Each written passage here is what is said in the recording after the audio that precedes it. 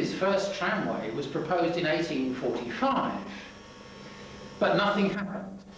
This was a proposal to run a railway from Lancress through St Peter-Port, up the Catel Hill, to St Saviour's and Perel. Now you can understand why nothing happened. There are a lot of steep hills in Guernsey. In 1872, a company called the Guernsey Railway Company was formed, which proposed a railway between St Peter-Port and St Sampson's. Nothing happened yet again. But permission was granted in 1877 for a horse-drawn tram system. But once again, nothing happened. However, after the Guernsey Railway Company, the original Guernsey Railway Company, had been wound up, in 1878, the Guernsey Steam Tramway Company was formed. The rails were laid between 1878 and 1879. The track was opened, all 2 3/4 miles of it, on June the 6th, 1879. Also at this time, several quarry railways were proposed. The services carried on, being drawn by steam locomotives, mainly Merryweather locomotives, and those provided by Messrs. Lewin of Poole. The service, however, ground to a halt in 1888. A year later, the Guernsey Railway Company Limited was reconstituted, and they approached Messrs. Siemens of Germany to open an electrified line. Now this was very rare in those days. Only 2 electrified tramways were existent in the United Kingdom. On June the 6th, 1892, the proposal was passed by the States of Guernsey. The cost, incidentally, of laying out the entire line between St Peter-Port and St Sampson's was £3,850. In 1892, on October the 5th, the first car started service. The public service started actually on February the 20th. The cars were mostly there were just 2 cars in operation at the time, both 4-wheelers. Many other vehicles were added to the system, some of them being trailers imported and converted to electricity in Guernsey, most in 1901. Many alterations and amendments were made, but the tramway, apart from 2 cars incorporated into the fleet in 1902, was never expanded and never went further than the 2 3/4 miles of track. The tramway closed on June the 9th, 1934, when it is said the Guernsey Railway Company that operated the tramway bought a ship which was stranded at Grand Havre and couldn't pay for the materials which it hoped to gain profit from. That's all on the trams. I can't remember the exact dates. Towards the end, I visited the Ex-Transport Museum at Clapham, and I, to my surprise, saw that Guernsey tram, number 7, very nicely modelled, and all the advertisements as I remember them, and the baker's name was on a plaque, and I asked Mr. Wilson, it was, I forget his first name, Frank Wilson, that's right. And they gave me his address, and so I wrote to him and asked him if he could build me one, number 11. And he said, yes, certainly. But he was coming over to Guernsey, and his wife was a Guernsey woman, which of course I didn't know. And so he came over in 1969 and agreed to make number 11, which number 7, 10 and 11 were identical, except for number 7 had brass pillars, and the others had only iron painted over. But those 3 trams are identical. One came in April, one came in June, and one came in September. And so he made an attic, he made a tramway in the attic, you see, which the room was rather cramped, and the curves are rather sharp. Well then, he made number 2, and then trailer 14, I think it is, 14. And then he said he'd like to make number 8, which was a very unusual tram. It wouldn't have been able to run in any street in England because of its very high bogies. It was a beautifully running tram. When you were inside it, you couldn't hear a sound. It was quieter than a man's voice. But it was so high up that it wouldn't have been for much use in an English street. But he died of cancer before he could finish it.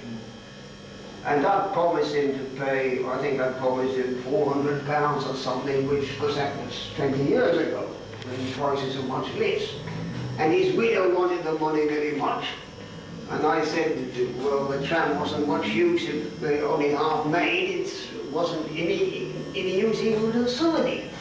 And so she asked Mr. Elliot, who's the best tram builder, I suppose, in the British Isles, if he'd make it, if he'd finish it.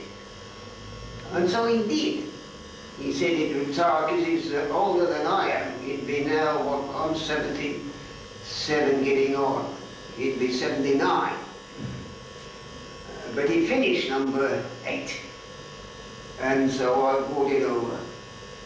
And then I asked him if he'd make number 5, which was again was another different, because 7, 2 and 11 were all 4-wheel cars, whereas number 8 was a bogie car, but with 8 wheels all the same size. And I thought of having number 5, which was a blue bogie car, you know, with each bogie had 2 big wheels and 2 small wheels. And it meant, for some reason, that the tram could be built lower down, much easier to have access. And so he said he wouldn't make any more trams, but he would introduce Mr. Hammond, who would agree to make it. Mr. Hammond has worked for the Vauxhall Company, I think, as a designer in Luton, but I think he's retired now. And so Mr. Hammond made number 5 and number 6, because they were both the same. They were quite big trams. They used to carry 76 passengers seated. And then Mr. Wilson changed his mind and said he would make one more tram, so he made number 3. And then since then, Mr. Hammond has made number 1. I can't, and 2 trailers, no, 1 trailer. Mr. Elliot made the other trailers. He's making the last one now. It'll be delivered this year, I suppose. And what number is that? Pardon? What number is that? Well, 14 and 50 were identical. Yes. They were clear story type trailers. Yeah. And I've got one. I can't tell you which is 14 or 15 without looking at it. I believe this is 50, in which case he'd be making number 40.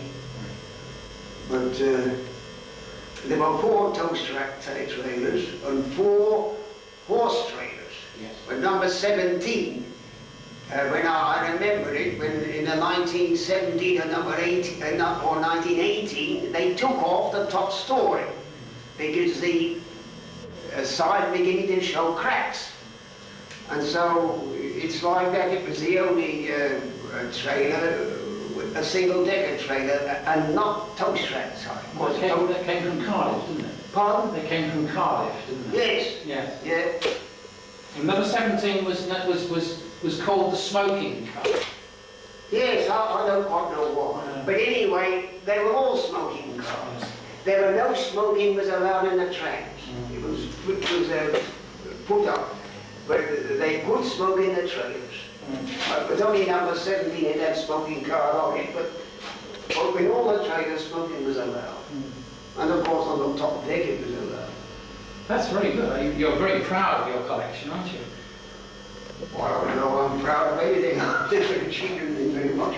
But I wouldn't wouldn't like to be without them. When my sister died in 1980, and her husband went, and my mother had died a few months before, and the housekeeper didn't want to work anymore, so I was left alone. And so instead of having the trams in the attic, where the curves were very sharp, I had this tramway built. Mr. Hammond built it. Yes. I believe in 1975. I can't remember exactly. This is tram number 1. It was the last tram to be imported into Guernsey. It's towing a normal trailer. It was imported into Guernsey in 1905. And you can see it's a double-deck car.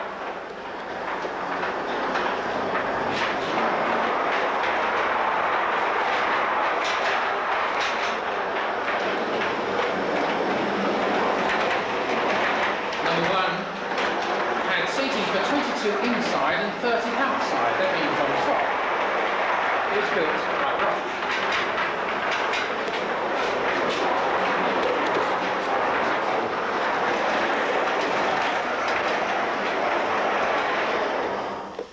And it was mounted on a Brill 21E truck. It was withdrawn from service on the last day of the tramway in 1934. The model was built by Mr. Elliott. One thing about Guernsey trams is that you'll notice that the staircases both come down the same side. That is, the landward side. This is to protect the customers and the driver against the perils of the sea. The trailer, number 14, was in fact imported in 1897, so it's older than the tram. It seated 40 people and is built by G.E. Mills in Birkenhead. It was in fact withdrawn from use at the end of the era in 1934.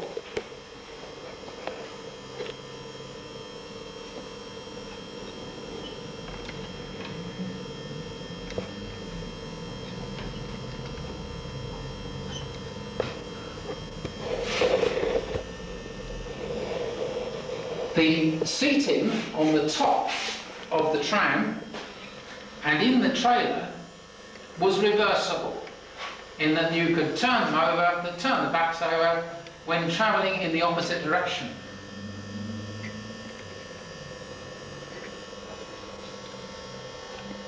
The girls' dresses often showed when travelling on the top deck of the tram, and therefore at the front, usually covered by a Bovril sign, there was a board along the sides called the decency board.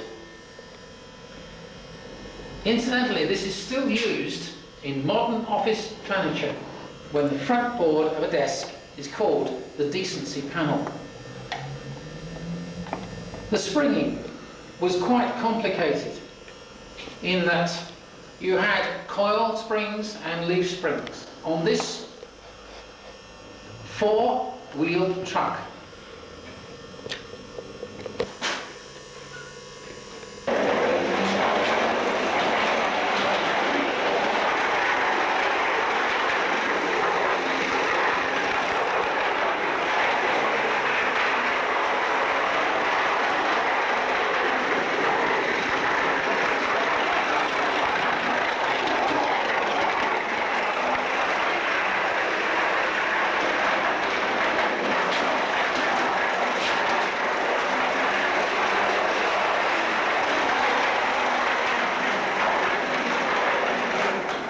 Here we have an example of a typical Guernsey tram and trailer, as seen possibly on the last days of the service. Interestingly, tram number 3 still exists.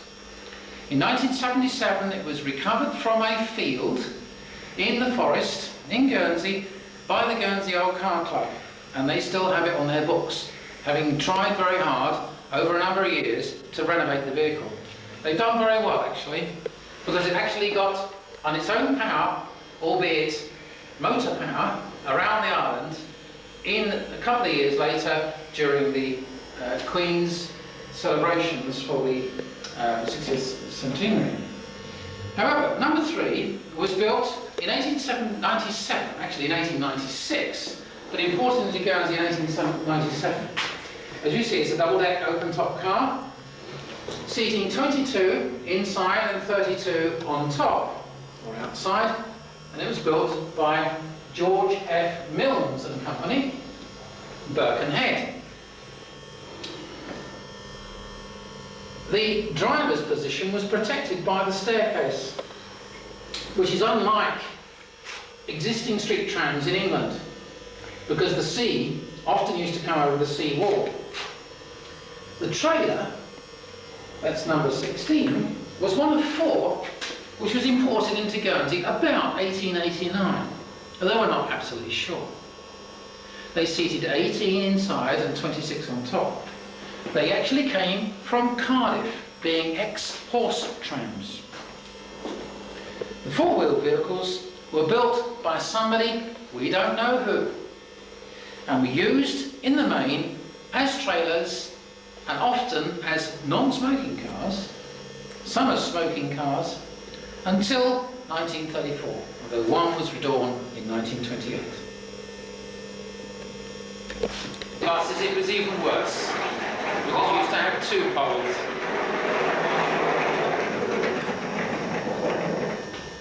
The century, workmen's trams, very early in the morning, used to start off from town about 7 o'clock. This was to convey workers en route to the quarries in the north of the island. Now this tram, number 5, was rather special.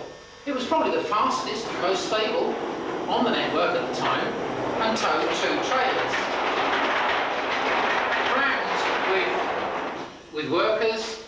The tram itself was imported in 1893. It carried 76 people, with the trailers with about 45 each. There was 160 people on. Tram number 5 was actually withdrawn in 1931. 2 trailers and 2 more of the 4 of the Cardiff horse-drawn trailers. You notice there's slight differences in the clerestories on the roof.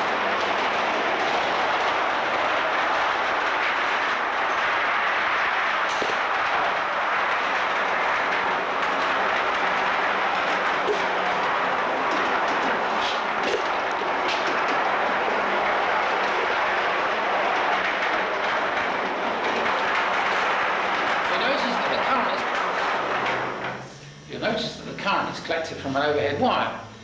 In 1892, this was unique in the British Isles.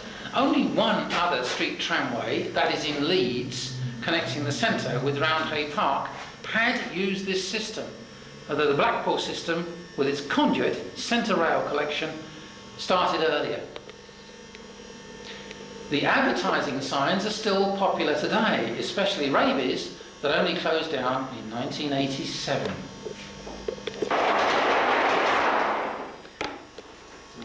It wasn't called that, but they used it too. For Sunday school, they had a special cheap beer on penny and turns. And they always put on those 2 toast rack. So in a couple of toast rack cars, you can see the reason why. This was often called the Sunday school special, because they had special fares. Cheap fares. Often it only cost 4 to travel from town to St Sampson's and back, or a penny one way.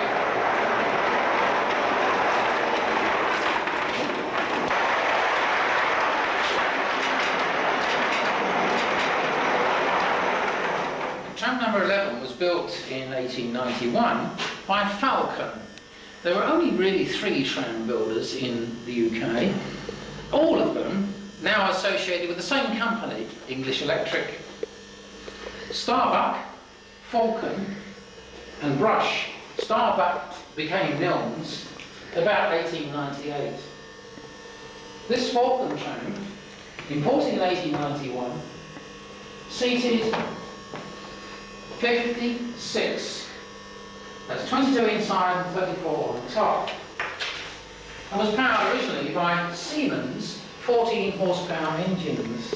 although these were later converted to General Electric 800 motor units with a K2 controller. The trams were drawn in 1934. The tow track trailers, however, lasted a lot less. They were very popular at the turn of the century, but none of the tow track trailers lasted longer than about 1903. Some of the early trailers were in fact destroyed in a fire, which almost devastated the tramway in 1897. It should not have toasted a bit of lighting on the same boat. But the other trams have boats, the tram itself has been lighting the 28 years. It's a case of rewiring it. It's a 76-seater tram, imported in 1893, and it was built by Falcon. Originally had Siemens motors, but later converted. It lasted also until the end of the tram service in 1934. A very comfortable vehicle because of its 8 wheels. Biggest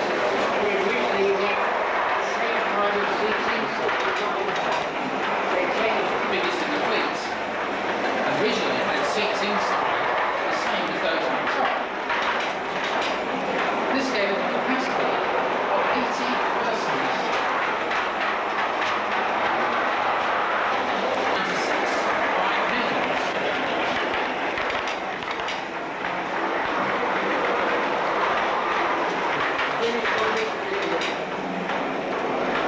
The model itself was built, started construction by Frank Wilson and was finished by Mr. Elliott. Between them, Mr. Wilson, Mr. Elliott and Mr. Hammond have built a total of 11 vehicles on this excellent network, which operates in a cellar in St. Peter Port to this very day.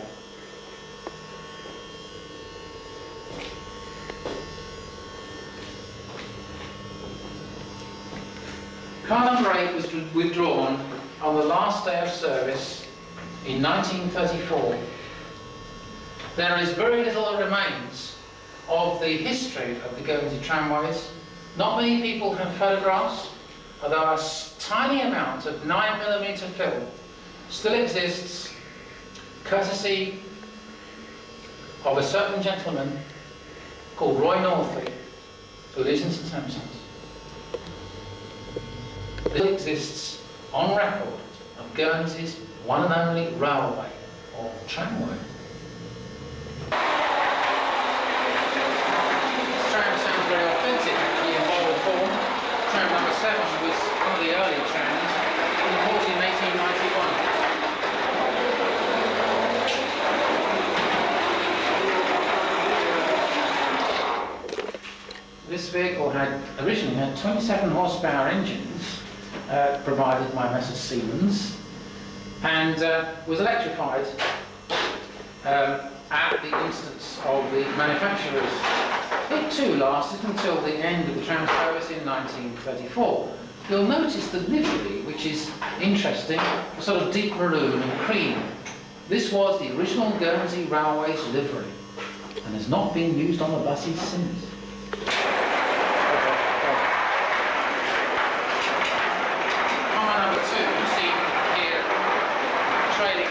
Trailer number 17. Okay. Car number 2, seen here towing trailer 17. Car number 2 was perhaps the worst running of all the vehicles on the system, although it was one of the youngest, being imported in 1903. It was built by Brush.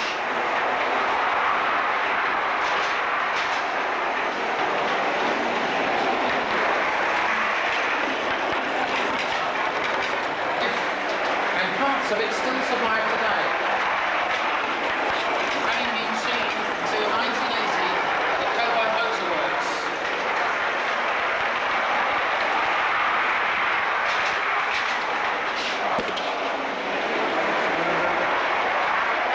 The last would want to come, but it never seemed to go very fast. It was used to delay the other trams, because the Guernsey tramway was single track, and there were 3 crossing loops 3 crossing loops. And the others had to wait for number 2. And so they took number 2 out of service about 1928, something like that.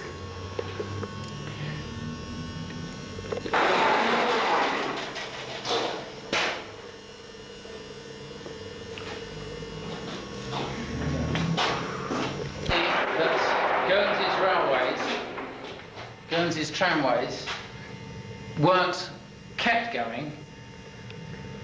So perhaps today we can think of the possibility of seeing a railway, a tramway in Guernsey, carrying tourist traffic between the town and St Sampson's in a vehicle such as this.